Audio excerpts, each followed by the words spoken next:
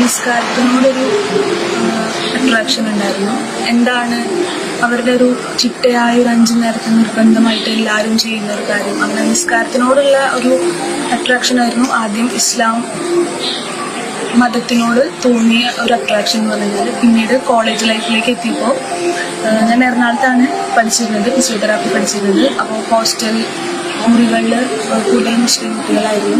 അപ്പോൾ അവരുടെ ചിട്ടയായ രീതികൾ, നിസ്കാരവും അതുപോലെ തന്നെ അവരുടെ മതത്തിനോടുള്ള ആ ഒരു പ്രതിബദ്ധതയ്ക്കാണ് ആദ്യം എന്നെ ആകർഷിച്ചത്. പതുക്കെ എൻ്റെ മനസ്സിലും കുറേ ചോദ്യങ്ങൾ ഉടലെടുക്കാൻ തുടങ്ങി. കുറേയൊക്കെ അവരും ഇങ്ങോട്ട് ചോദിച്ചതായിരുന്നു.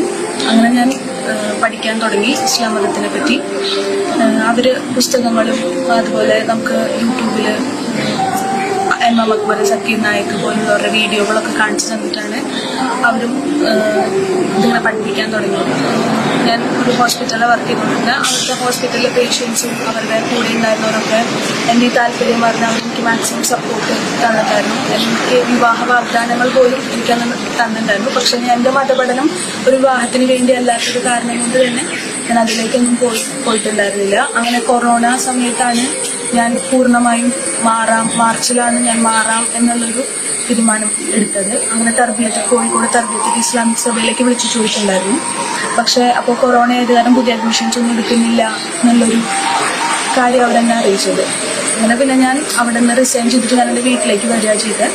എന്നിട്ട് വീട്ടിൽ നിന്ന് ഞാൻ വീട്ടുകാരോട് പറഞ്ഞു ഞാനിനി ഇസ്ലാം മതത്തിലേക്ക് പോവുകയാണ്, അതാണ് ശരിയെന്ന് മനസ്സിലായിട്ടുണ്ട് എന്നുള്ള കാര്യം അങ്ങനെ പറഞ്ഞു. അപ്പോൾ ആദ്യം വീട്ടുകാരും ചോദിച്ചത് എന്തെങ്കിലും പ്രണയം ഉണ്ടായിരുന്നോ, അങ്ങനെ ഒരു ഇതായിരുന്നു. പക്ഷെ അതൊന്നും അറിയുന്നില്ല. ഞാൻ അപ്പോൾ പ്രണയത്തിന് വേണ്ടിയിട്ടൊന്നുമല്ല, മതം പഠിച്ച് തന്നെ മാറിയതായിരുന്നു എന്നുള്ളൊരു ഇതായിരുന്നു. ഞാൻ അങ്ങോട്ട് കുറേ ചോദ്യങ്ങൾ ചോദിച്ചു. നമ്മൾ ഇപ്പോൾ ഹൈന്ദവ സൊസൈറ്റി ഫേസ് ചെയ്യുന്ന ഓൾമോസ്റ്റ് എല്ലാ ചോദ്യങ്ങളും ഞാൻ അങ്ങോട്ട് ചോദിച്ചു. എന്തിനാണ് ഗണപതിക്ക് ആനത്തല, എന്തിനാണ് നമ്മൾ കല്ലിനെ ആരാധിക്കുന്നത്, എന്തിനാണ് വിഗ്രഹാരാധന, തെറ്റല്ലേ, നമ്മുടെ വേദങ്ങളിൽ തന്നെ പറഞ്ഞിട്ടുണ്ടല്ലോ വിഗ്രഹാരാധന തെറ്റാണെന്ന്, പിന്നെ എന്തിനാണ് അത് ഫോളോ ചെയ്യുന്നത് എന്ന് പോലുള്ള കുറേ കാര്യങ്ങൾ ഞാൻ അങ്ങോട്ട് ചോദിച്ചു. അപ്പോൾ അവർക്ക് അതൊന്നും ഉത്തരം ഉണ്ടായിരുന്നില്ല. അപ്പോൾ അവർ പറഞ്ഞു ഇതിന് അവർക്ക് ഉത്തരമില്ല എന്ന് കരുതിയിട്ട് ഇതിനൊന്നും ഉത്തരമില്ല എന്ന് വിചാരിക്കരുത്, ഇതിനൊക്കെ ഉത്തരം തരാൻ പറ്റുന്ന പല സ്ഥലങ്ങളുണ്ട്, അങ്ങോട്ട് വരാൻ റെഡിയാണോ എന്ന് ചോദിച്ചു. ഞാൻ പറഞ്ഞു എന്തായാലും ഞാൻ എൻ്റെ 4-5 വർഷം ഇസ്ലാം പഠിക്കാനായിട്ട് ഞാൻ മാറ്റി വെച്ചിട്ടുണ്ടായിരുന്നു. ഞാൻ ഇതിന് വേണ്ടിയിട്ട് ഇതും കൂടെ ചെയ്യാനായിട്ട് ഞാൻ തയ്യാറാണ്, ഞാൻ എവിടേക്ക് വേണമെങ്കിലും വരാം.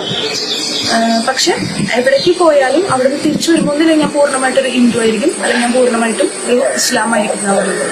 എൻ്റെ ചേച്ചി അനുഭവിക്കാൻ ഇങ്ങനെ ഇസ്ലാം മത ആശയം ഇങ്ങനെ എനിക്ക് പറഞ്ഞ് ഇൻട്രൊഡ്യൂസ് ചെയ്ത് തന്നത്. അതായത് എന്നോട് ആദ്യം ചോദിച്ചു എന്തിനാണ് നമുക്ക് ഇത്ര അധികം ദൈവങ്ങൾ, അവർക്ക് അള്ളാഹു മാത്രമാണ് ദൈവം, പിന്നെ അതുപോലെ നിസ്കാരത്തിന്റെ മഹത്വം, പിന്നെ സ്വർഗനരക വർണ്ണങ്ങളൊക്കെ പറഞ്ഞത്. പിന്നെ ചെറിയ മാറ്റങ്ങളൊക്കെ ഉണ്ടായിരുന്നു. ഞാൻ നൃത്തം 9 വർഷത്തോളം നൃത്തം പഠിച്ചിരുന്നതാണ്. സത്യം എനിക്കൊരു പാഷൻ തന്നെയായിരുന്നു. അത് ഹറാമായതുകൊണ്ട് ഞാൻ അതൊക്കെ ഉപേക്ഷിക്കാൻ നിന്നിരുന്നതാണ്. പിന്നെ ഓഗസ്റ്റ് 26-ാം തീയതിയാണ് ഞാൻ ആശ്രമ മതിലെത്തുന്നത്. പൊള്ളത്തരങ്ങളെല്ലാം തിരിച്ചറിയുന്നതൊക്കെ ഇവിടെ എത്തിയതിനു ശേഷമാണ്. അങ്ങനെ പതുക്കെ എല്ലാത്തിനും സനാതന ധർമ്മം പഠിച്ചു തുടങ്ങി. എന്റെ പേര് അനുഷ ജയഗോപാൽ, തൃശ്ശൂരാണ് സ്വദേശം. അനഘയുടെയും അമൃതയുടെയും ചേച്ചിയാണ്. ഇങ്ങനെ ഇന്ന് നമ്മുടെ സമൂഹത്തിൽ ഒരുപാട് പെൺകുട്ടികൾ ഇങ്ങനെ ഇൻഫ്ലുവൻസ്ഡ് ആയിട്ട് പോകുന്നുണ്ട്. അപ്പോൾ അവരുടെ കുടുംബം കടന്നു പോകുന്ന ഒരവസ്ഥ എന്താണെന്ന് നന്നായിട്ട് മനസ്സിലാക്കിയ ഒരു വ്യക്തിയാണ് ഞാൻ. കഴിഞ്ഞ മാർച്ചിലാണ് അവള് ഞങ്ങളെ അറിയിക്കുന്നത് അവളിങ്ങനെ ഇസ്ലാം മതത്തിലേക്ക് മാറാൻ പോവുകയാണ് എന്നുള്ള കാര്യം.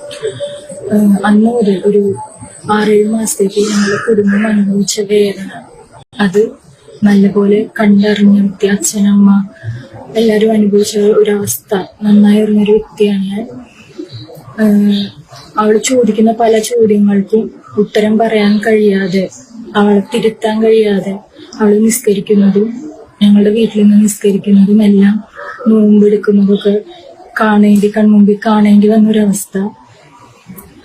അങ്ങനൊരവസ്ഥ. അതേപോലെ തന്നെ അവള് ഞങ്ങൾ താഴെയുള്ള അനിയത്തിയായ അമൃതനെ കൂടി അതിലേക്ക് സ്വാധീനിക്കാൻ ശ്രമിച്ചു എന്നുള്ളതാണ് മറ്റൊരു കാര്യം.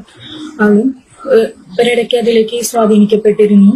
പിന്നീട് ഡാൻസ് അവൾക്കൊരു പാഷനായത് കാരണം അവള് ഇസ്ലാം മതം സ്വീകരിച്ചു കഴിഞ്ഞാൽ പിന്നെ ഡാൻസും പാട്ടും ഒന്നും പറ്റില്ലല്ലോ. അത് കാരണം അവളത് വേണ്ടാന്ന് വെച്ചാൽ പിന്നെ അനഘ പക്ഷെ അവള് നല്ലൊരു ഡാൻസറും പാട്ടൊക്കെ പാടുമായിരുന്നു.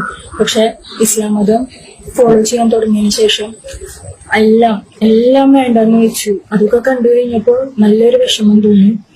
അങ്ങനെ പ്രതീക്ഷയൊക്കെ ഇല്ലാതെ എല്ലാം നശിച്ചിരിക്കുന്ന ഒരു അവസ്ഥയിലാണ് ആശയവിദ്യാ സമാജത്തെ കുറിച്ച് അറിയുന്നതും ഇവിടെ എത്തിപ്പെടുന്നതും.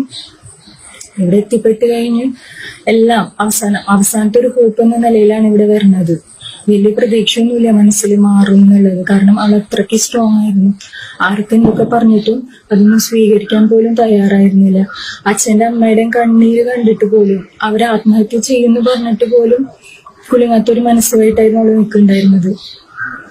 ഇവിടെ വന്നതിന് ശേഷം 3-ാം ദിവസം ആചാര്യനോട് സംസാരിച്ചതിന് ശേഷമാണ് അതുപോലെ തിരിച്ചു വരികയും ചെയ്തത്. ശരിക്കും അവളല്ലാതാവുകയായിരുന്നു. എനിക്കറിയില്ല, കാരണം ഞങ്ങൾ എത്ര വർഷം കണ്ടുകൊണ്ടിരുന്ന ഒരാള് എങ്ങനെ ആ മതം എത്രമാത്രം അവളെ സ്വാധീനിച്ചു എന്നുള്ളതിന് ശരിക്കും ഞങ്ങളുടെ കൺമുമ്പിൽ കണ്ട ഒരു തെളിവാണ് അവള്. അത് കഴിഞ്ഞ് അങ്ങനെ ഇവിടെ എത്തിപ്പെടുകയും ഇവിടുത്തെ ഇൻഫ്ലുവൻസ് കാരണം പിന്നെ സനാതനധർമ്മം എന്താണ്, ശരിയായ ഹിന്ദുധർമ്മം എന്താണ് മനസ്സിലാക്കുകയും ചെയ്തു കഴിഞ്ഞപ്പോൾ അവള് തിരിച്ചു വരികയും ചെയ്തു. അങ്ങനെ ഞങ്ങളുടെ കുടുംബം അനുഭവിച്ച ഒരു വേദന ഇനി മറ്റൊരു കുടുംബവും അനുഭവിക്കരുത്. അതിനുവേണ്ടി ഇനിയും ഇതുപോലുള്ള സഹോദരിമാരുണ്ടാവും. അപ്പോൾ അവരെല്ലാം ഞങ്ങൾക്കാവും ഇതിൽ സഹായിക്കണം എന്നുള്ള ഒരു ഉറച്ച തീരുമാനത്തോടെ സനാതനധർമ്മം പഠിക്കണം, പ്രചരിപ്പിക്കണം എന്ന ഉറച്ച തീരുമാനത്തോടെ ആശയവിദ്യാ സമാജത്തിൽ നിൽക്കാൻ ഞങ്ങൾ തീരുമാനിച്ചു.